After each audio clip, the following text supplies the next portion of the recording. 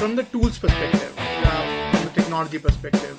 So what I'm listening is that collaboration is here to stay. Virtual collaboration is here to stay, Yes. and the tools.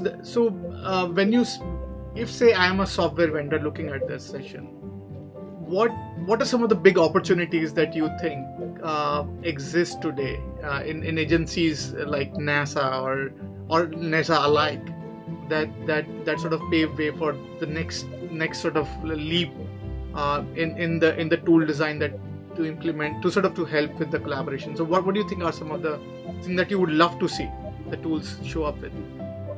So I don't know that I have a whole list of wishes and desires, but one thing I will say is that I think we adopted the new tools and the new features came, and even some new tools came along the way. Obviously, we have platforms that are approved for use.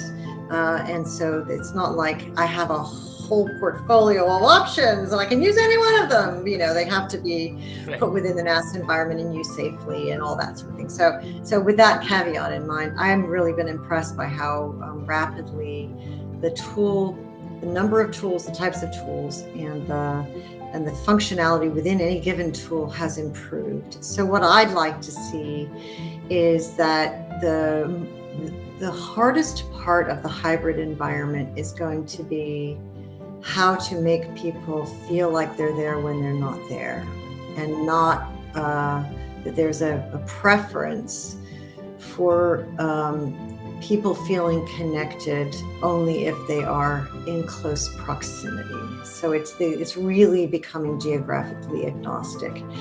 So if I go back to meetings and holding meetings, I feel like today we do have some tools that we can use to help make that true, but there is still a big divide between how it feels on the outside to how it feels when you're in the room. And the setups you still need, I don't know, I need help, right?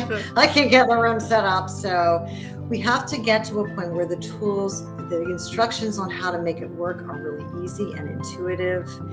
And the sense of someone not being there is much less profound. So it's almost like the sci-fi sort of you're beaming them in kind of feel, though you're not really beaming them in, if you see what I mean, right?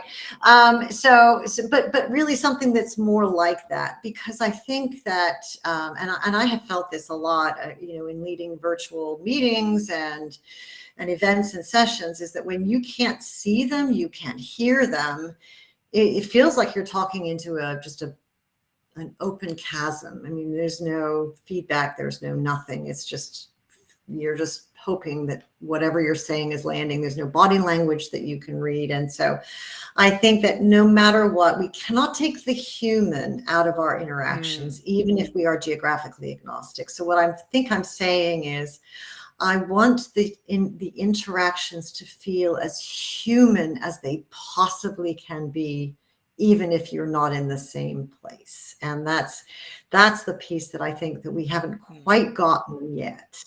I do love the fact that the tools allow for various different types of interaction. You can do polls, and you can do chat, and you can do emojis, and you can do all sorts of things. And I will tell you, we use all of those things, and they're great. And so there's this different way. When we would hold big meetings with lots of people in a room, people were often not really engaging as much as they do now when they're not all in the room. So what does that tell you, right? So I think we're just solving for we've got some advantages, there's some disadvantages, and we're going to try to make that less of a disadvantage and more of an even playing field with what's there. So that's a really big deal for us. Interesting.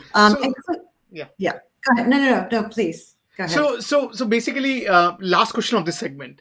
So if looking at NASA, looking at sort of your past life and current life, if and looking at your peers in other organizations trying to build this fascinating organization, what lesson would you lend them? Basically, I think that you see NASA do it really, really well.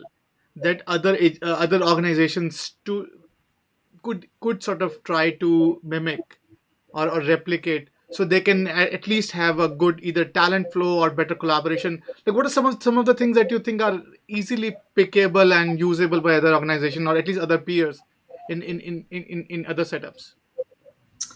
Well, so I wouldn't say that I know those environments well enough to know what would work, say, in another big government agency. I think some of the fungible lessons include things like the value of caring for your people, the role of the supervisor, the really good, strong, people caring leadership. Those are all things that any organization could do, and I imagine would be helpful. I'm not saying that they don't exist. I'm just saying if I had to look inside and say those are the things I think are portable and that have mattered to us and would presumably matter for most organizations, those are some examples of things that we would do. I would also say, I think we all as humans struggle with wanting certainty when we're in a world of uncertainty. And so, we spend a lot of our lives sort of imagining what the future should look like and then trying to make plans against that future. And so what I would say is some of that's good, but we really have to be agile. We have to know the direction in which we want to head, and then we have to not look too far in the future so that it's impracticable for us to know enough. So how do we be agile in the present to set ourselves up for that future, which is more broad and general, more of a direction, but really helps us get there, really keeps building. And so the agility is in, oh, I didn't know that was going to happen. Oh, I didn't know that was going to happen. Oh, that didn't work out the way I expected, and not lose faith. All right. So part of agile is you shift, you change, you adapt, and you don't lose faith, and you keep yourself going. And I found myself doing that literally every day.